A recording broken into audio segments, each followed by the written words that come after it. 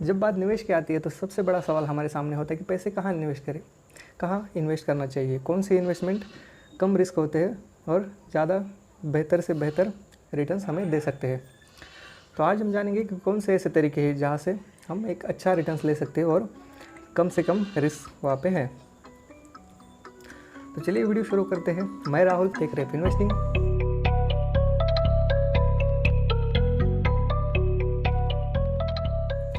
तो कुछ कैटेगरीज बनाई है मैंने, जैसे कि पहले फर्स्ट कैटेगरी है fixed income instruments. Fixed income क्या है? जहाँ पे हमें पता होता है कि कितने हमें रिटर्न्स मिलने वाले हैं सालाना। तो उसमें कौन से बैंक द्वारा दिए जाने वाले फिक्स्ड डिपॉजिट स्कीम्स, मतलब कि एफडी। अगर हमारा किसी भी नेशनलाइज बैंक में अकाउंट है तो वहाँ पे एफडी की भी एक सर्विस दी जाती है। एफडी क्या है? जहाँ पे हम फिक्स्ड डिपॉजिट कुछ समय के लिए इन्वेस्ट करते हैं और वहाँ पे हर बैंक का एक इंटरेस्ट होता है कि सालाना आपको 7.5, 7.75, 8%, 7% ऐसे कुछ रिटर्न्स की फैसिलिटी दी जाती है। तो वहाँ पे आपको 6 से 8% के रिटर्न मिलते हैं। वहाँ पे कोई आपको लॉक इन पीरियड नहीं रहता, जैसे कि किसी बाकी निवेश में रहते हैं कि आपको इतना साल, 10 साल, 5 साल निवेश करना पड़ता है। मतलब कि आपको लॉक इन पीरियड रहता है कि आपको उतना इन्वेस्टमेंट आपको रखना ही पड़ेगा। लेकिन ये तो हो गया फिक्स्ड इनकम का पहला टाइप। तो सेकंड का है एनपीएस। एनपीएस क्या है? National pension scheme. तो यहाँ पे भी आपको अच्छे रिटर्न्स मिलते हैं, जैसे कि 7 से 10% तक रिटर्न मिलते हैं यहाँ पे। तो एनपीएस में कैसे होता है कि आपको लॉक इन पीरियड रहता है। लॉक इन पीरियड कैसे कि आपको 5 साल, 10 साल के लिए या 15 साल, 20 साल ऐसे कुछ लॉक इन पीरियड रहता है। आप वहाँ निवेश करो, उतने सालों बाद आपको रिटर्न्स मिलेंगे। तो ये भी कंपाउंडिंग इंटरेस्ट मिलते हैं यहाँ पे। थर्ड टाइप होता है गवर्नमेंट बॉन्ड्स। गवर्नमेंट बॉन्ड्स क्या है? एक ऐसी इन्वेस्टमेंट होती है जहाँ पे आपको पहले से बताया जाता है कि आप इतने साल के लिए पैसा इन्वेस्ट कर रहे हैं। मतलब कि आप किसी ऐसी जगह निवेश कर रहे हैं, आपको पता है कि आपको इतने रिटर्न्स मिलने वाले हैं। यहाँ पे भी आपको 5 से 7% के रिटर्न मिल जाते हैं। बहुत सारे गवर्नमेंट बॉन्ड्स हैं जहाँ पे आप निवेश कर सकते हैं, और प्राइवेट भी बॉन्ड्स होते हैं, लेकिन मैं यहाँ पे सजेस्ट करूँगा कि गवर्नमेंट बॉन्ड्स बेटर रहेंगे। तो सेकंड यहाँ पे टाइप है कि गोल्ड कमोडिटीज़। तो गोल्ड क्या है? आपको सभी को पता है, इंडिया में प्राचीन काल से गोल्ड में निवेश किया जाता है। पारंपरिक हमारी सभ्यता है कि गोल्ड खरीदा जाता है। हमारी परंपरा में गोल्ड को महत्व दिया जाता है। हर त्यौहार में या फिर शादी वगैरह में गोल्ड खरीदा जाता है। गोल्ड एक स्ट्रॉन्ग करेंसी, मतलब कि मैं अगर कहूँ तो स्ट्रॉन्ग करेंसी इसलिए है कि वो एक सीमित मात्रा में हमारे गोल्ड एक ऐसी कमोडिटी है जो लिमिटेड है, तो इस वजह से उसकी कीमत भी बढ़ती जाती है और एक अच्छा निवेश के रूप में भी ये है। तो आप एक लंबे समय के लिए गोल्ड लेके रख सकते हैं, इन्वेस्ट कर सकते हैं उसमें, एक अच्छा तरीका है। गोल्ड में भी एक टाइप है यहाँ पे। अभी ये तो हमने बात की फिजिकल गोल्ड की, तो और एक मैं बताना चाहूँगा कि गोल्ड में एक डिजिटल टाइप का भी गोल्ड होता है। मतलब कि आप ऑनलाइन गोल्ड परचेस करते हैं। बहुत सारे ऐप है जैसे पेटीएम वगैरह, वहाँ पे आपको डिजिटल 1 रुपये से भी आप निवेश कर सकते हैं। मतलब वहाँ पे सेम ट्रांजैक्शन होता है जैसे आप फिजिकल में करते हैं, लेकिन आपको यहाँ पे सिर्फ एक ऑनलाइन डिजिटल कार्ड मिल जाता है या फिर आपको एक एग्रीमेंट मिल जाता है कि आपके पास इतना गोल्ड है। तो जैसे फिजिकल गोल्ड की कीमत बढ़ती है वैसे ही डिजिटल गोल्ड की भी कीमत बढ़ती है सेम।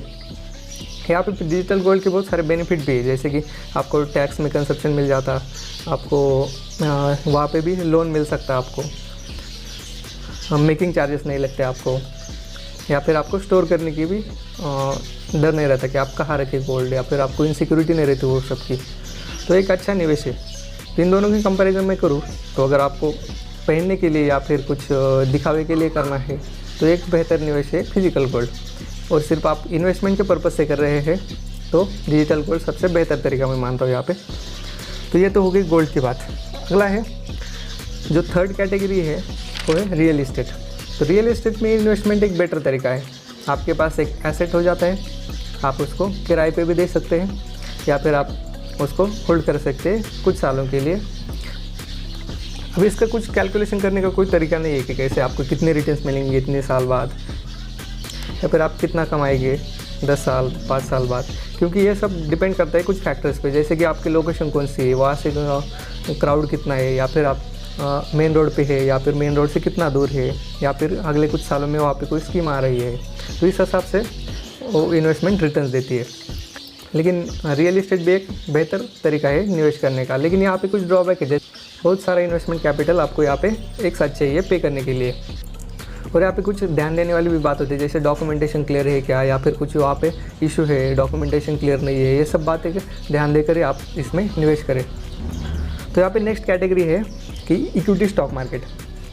तो जैसे कि हमने पिछले वीडियो में बात की थी कि स्टॉक मार्केट क्या है, तब उसमें इन्वेस्टमेंट कैसे कर सकते हैं इस बारे में बात करेंगे। तो इस कैटेगरी में भी दो तरह से हम इन्वेस्ट कर सकते हैं। अब स्टॉक मार्केट में आप दो तरह से इन्वेस्ट कर सकते हैं, या अगर आपको नॉलेज नहीं है, कुछ भी आपको पता नहीं है स्टॉक मार्केट कैसे है, या फिर आपको डर लगता है कि कुछ मेरे पैसे डूब न जाए, तो यहाँ पे एक तरीका है कि म्यूचुअल फंड के थ्रू, मतलब कि इनडायरेक्ट इन्वेस्टमेंट होती है स्टॉक मार्केट में। तो होता क्या है यहाँ पे, म्यूचुअल फंड में होता क्या है कि आपके बिहाफ में कोई एक्सपर्ट, या फिर जहाँ पे भी आपने इन्वेस्ट किया है जिस फंड में, तो वहाँ पे उनके कुछ एक्सपर्ट होते हैं जो आपके बिहाफ पे ट्रेड करते हैं और आपको प्रॉफिट कमा के देते हैं। उस हिसाब से आपको प्रॉफिट होता है और आपका जो फंड है वो इंक्रीज़ होता जाए, उसकी प्राइस वैल्यूएशन वो बढ़ता जाता है और उस हिसाब से आपको रिटर्न्स मिलते हैं। तो एक एवरेज निकाल के हम बात कर सकते हैं कि एक 10 से 30% तक हमें रिटर्न्स मिलते हैं म्यूचुअल फंड की तरफ से। तो कुछ स्क्रीन पे आप देख सकते हैं, क्योंकि कुछ म्यूचुअल फंड इन्वेस्टमेंट मैंने निकाल कर आपके लिए स्क्रीन पे शो किए। तो देख सकते हैं आप, 3 तरह के इन्वेस्टमेंट दिए मैंने।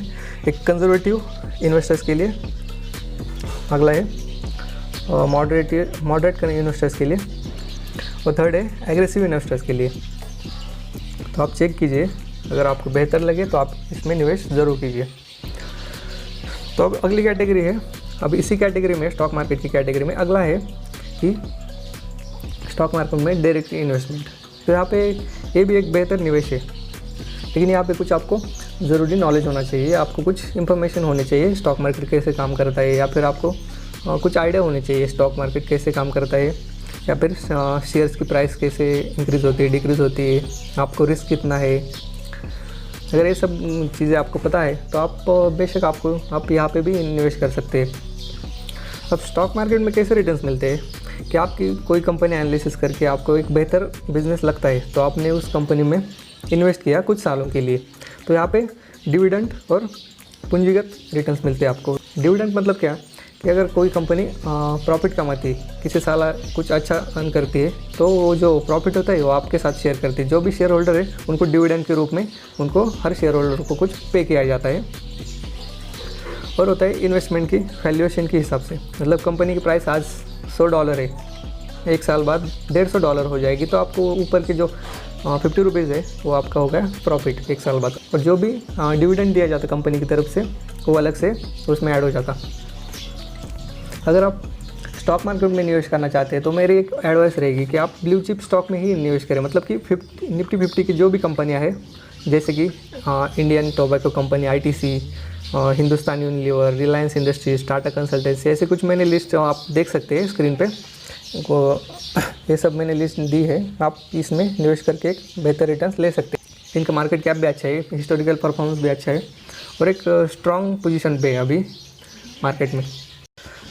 तो आज के लिए बस इतना ही। वीडियो देखने के लिए बहुत बहुत शुक्रिया। हम ऐसे ही इंफॉर्मेटिव वीडियोस आपके लिए लाते रहेंगे। तो वीडियो को ज़रूर सब्सक्राइब कीजिए, शेयर कीजिए, और वीडियो पसंद आए तो लाइक भी कीजिए और अपने फ्रेंड्स और रिलेटिव को शेयर भी कीजिए। तो हम मिलते हैं अगली वीडियो में, तब तक के लिए बहुत बहुत धन्यवाद।